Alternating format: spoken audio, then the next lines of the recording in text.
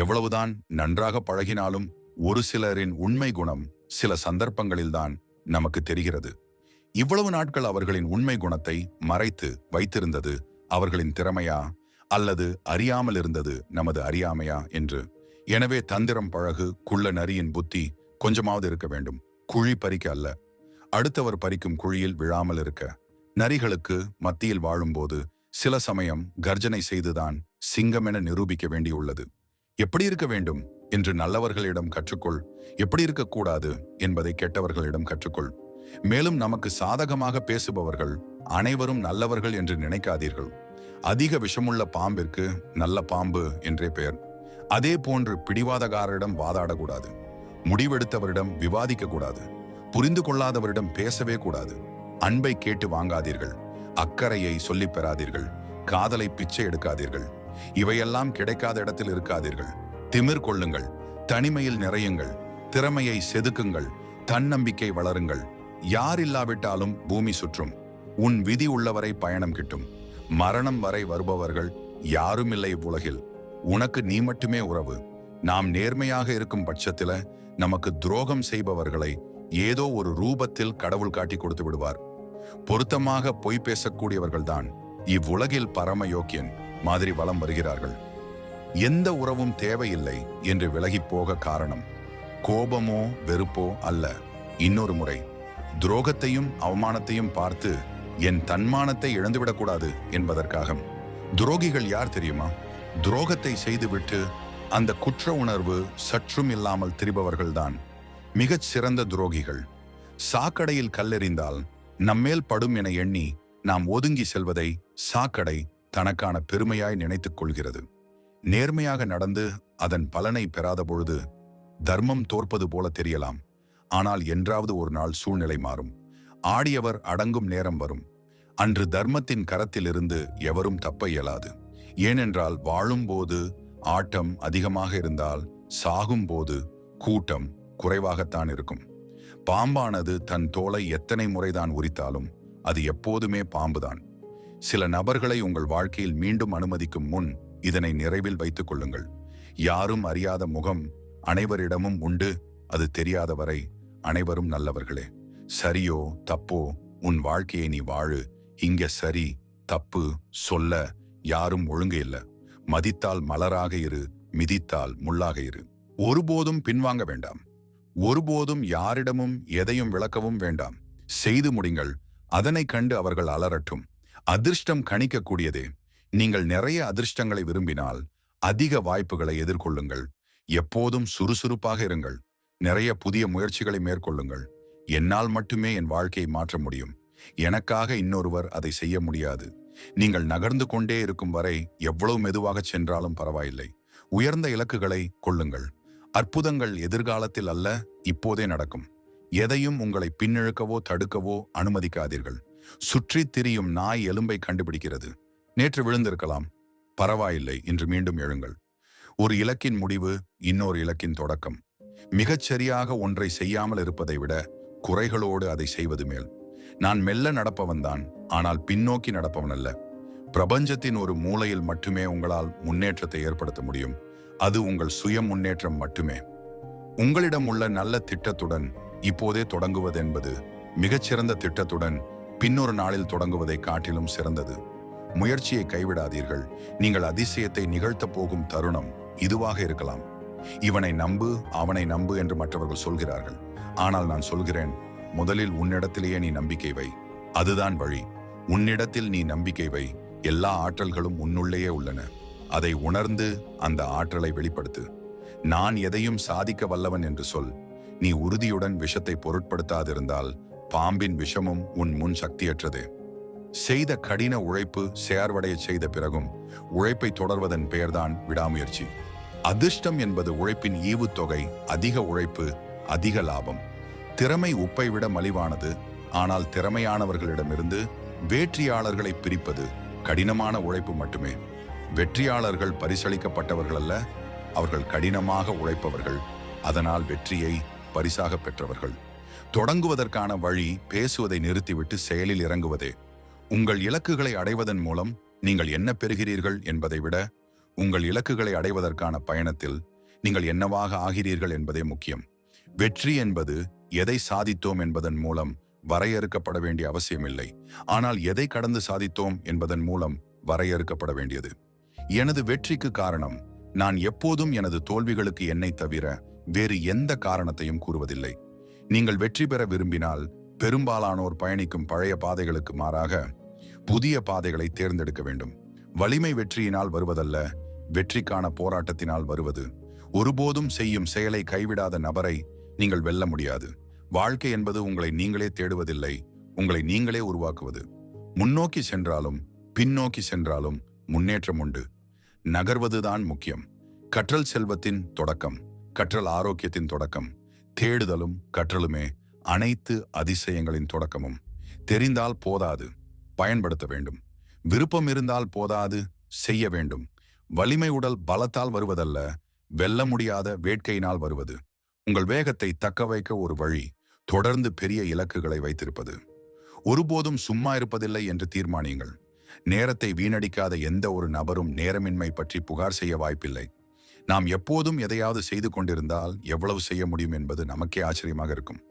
விடாமுயற்சி ஒரு நீண்ட தூர ஓட்டப்பந்தயம் அல்ல, அவை நிறைய குறுகிய தூர ஓட்டப்பந்தயங்கள். பிரச்சனைகள் செயலை நிறுத்துவதற்கான அறிகுறிகள் அல்ல, அவை சரியான திசைக்கான வழிகாட்டிகள். ஒன்றும் செய்யாமல் வெற்றி பெறுவதை விட பெரிதாக ஒன்றை செய்து தோல்வி அடைவதையே விரும்புகிறேன். முயற்சியை பாதியில் கைவிடுவதுதான் மிகப்பெரிய பலவீனம். வெற்றிக்கான மிக உறுதியான வழி எப்பொழுதும் இன்னும் ஒரு முறை முயல்வதே. மெதுவாக நடக்கும் தோல்வியை வேகமாக ஓடி பிடிக்கிறது சோம்பல். உற்சாகம் வெற்றியின் வாசல். தனக்கென்று ஒரு தகுதியை, திறமையை உண்டாக்கி கொள்ளும் எவரும் வாழ்க்கையில் திட்டமிட்ட ஓர் உயர்வை அடைந்துவிட முடியும். இன்னொரு முறை தொடங்குவதற்கு தயங்காதீர்கள். அது ஒரு செயலை இன்னும் சிறப்பாக செய்வதற்கான இன்னொரு வாய்ப்பு. கடந்து வந்த 1000 ஏமாற்றங்கள் நீங்கள் செய்யும் ஒரு புதிய முயற்சிக்கு ஈடாகாது. முன்னேறுங்கள், வெற்றி பெறுங்கள். ஊக்குவிக்க ஆள் இருந்தால் ஊக்கு விற்கும் ஆள் கூட தேக்கு விற்பான். பின்னோக்கி பார்க்காதே, எப்போதும் முன்னோக்கி.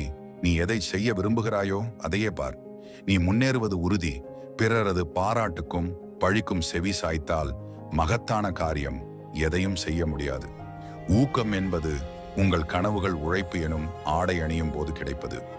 உங்கள் அச்சங்களை கொண்டு அல்ல, உங்கள் நம்பிக்கைகளையும் கனவுகளையும் கொண்டு சிந்தியுங்கள். உங்கள் ஏமாற்றங்களை பற்றி அல்ல, உங்களின் கூர்மைப்படுத்தாத திறனை பற்றி சிந்தியுங்கள். நீங்கள் எதை முயற்சி தோற்றீர்கள் என்பதை பற்றி அல்லாமல் இன்னும் உங்களால் என்ன செய்ய முடியும் என்பதில் கவனம் செலுத்துங்கள். முடியாத விஷயங்கள் குறித்து கனவு காண்பவர்களால் மட்டுமே முடியாதவற்றை முடிக்க முடியும். ஒரு முறை வந்தால் அது கனவு, இருமுறை வந்தால் அது ஆசை, பல முறை வந்தால் அது இலட்சியம். இருக்கும் இடத்திலிருந்து தொடங்குங்கள். இருப்பதை பயன்படுத்துங்கள். முடிந்ததை செய்யுங்கள். பயத்தை வெல்ல விரும்பினால் வீட்டில் உட்கார்ந்து அதை பற்றி சிந்தித்துக் கொண்டே இருந்தால் போதாது. வெளியே வந்து செயலில் இறங்க வேண்டும். கடந்த காலத்திலிருந்து கற்றுக்கொள்ளுங்கள். எதிர்காலத்திற்கான தெளிவான விரிவான இலக்குகளை கொள்ளுங்கள். உங்கள் கையில் உள்ள இந்த தருணத்தில் வாழுங்கள். ஒன்று முக்கியம் என்றால், தோல்விக்கே அதிக வாய்ப்பு என தெரிந்தாலும் அதை நீங்கள் செய்ய வேண்டும். முக்கியம் என்னவென்றால், உங்களை மேம்படுத்தும் நபர்களுடன் மட்டுமே பழகுவது. அவர்களின் இருப்பே உங்களின் சிறந்தவற்றை வெளிப்படுத்துகிறது. எத்தனை இலக்குகளை அடைந்திருந்தாலும் அடுத்த இலக்கை அமைத்துக்கொள். சிறப்பான நாளை வேண்டுமென்றால் நேற்றை விட இன்னும் அதிகம் உழையுங்கள். பலவீனத்திற்கான பரிகாரம் ஓயாது பலவீனத்தை குறித்து சிந்திப்பதல்ல, மாறாக வலிமையை குறித்து சிந்திப்பதுதான். பயிற்சியின் ஒவ்வொரு நிமிடத்தையும் நான் வெறுத்தேன். நிறுத்தாதே. இப்போது துன்பப்பட்டு வாழ்நாள் முழுவதும் வெற்றியாளனாக வாழ் என்று எனக்கு நானே சொல்லிக் கொண்டேன். உங்களால் முடியாது என்று நீங்கள் நினைக்கும் ஒன்றை செய்யுங்கள். தோல்வியுறுங்கள், மீண்டும் முயலுங்கள். 2வது முறை இன்னும் சிறப்பாக செய்யுங்கள். பெரிதாக அடிபடாதவர்கள் பெரும் சிகரங்களில் ஏறாதவர்களே. இது உங்கள் தருணம். அதை சொந்தமாக்கிக் கொள்ளுங்கள். திட்டமிடப்பட்ட பெரிய செயல்களை விட செய்துவிட்ட சிறிய செயல்கள் சிறந்தவை. கரையில் நின்று வெறுமனே பார்த்து கொண்டிருப்பதன் மூலம் கடலை கடக்க முடியாது. இன்றைய உங்களின் செயல் அனைத்து நாளைகளையும் முன்னேற்ற வல்லது. நீங்கள் யார் என்பதை அறிய விரும்புகிறீர்களா? கேள்வி கேட்காதீர்கள், செயலில் இறங்குங்கள். செய்யும் செயலே நீங்கள் யார் என்பதை வரையறுக்கும்.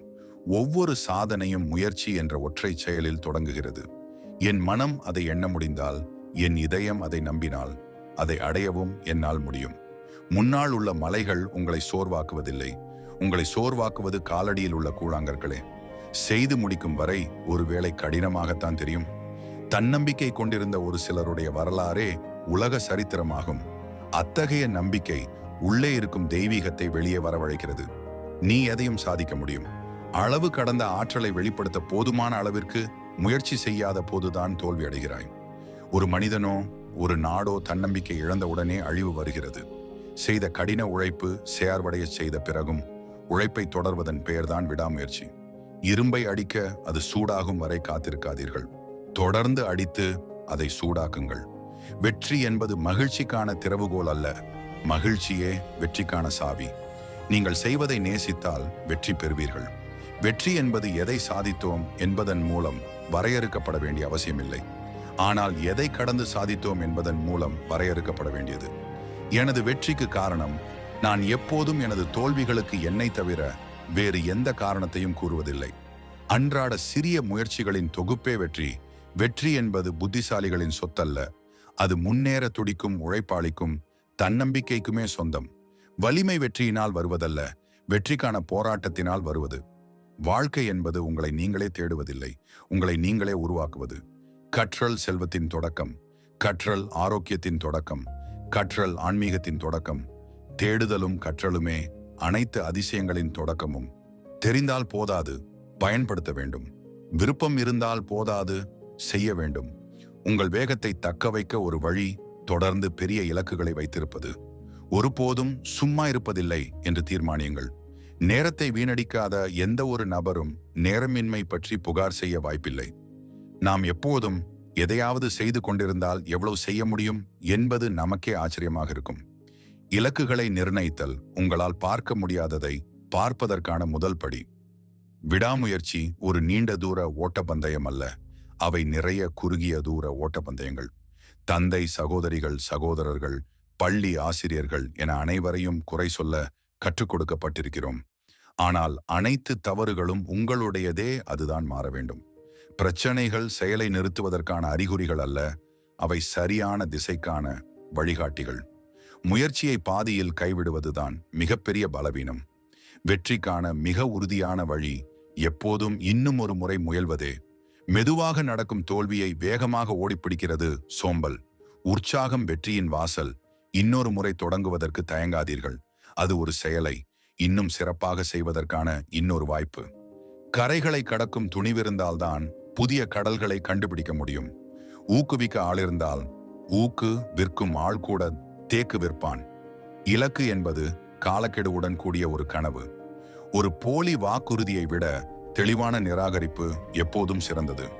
மற்றவர்களின் உணர்வுகளுடன் விளையாடுபவர்களை நான் வெறுக்கிறேன்.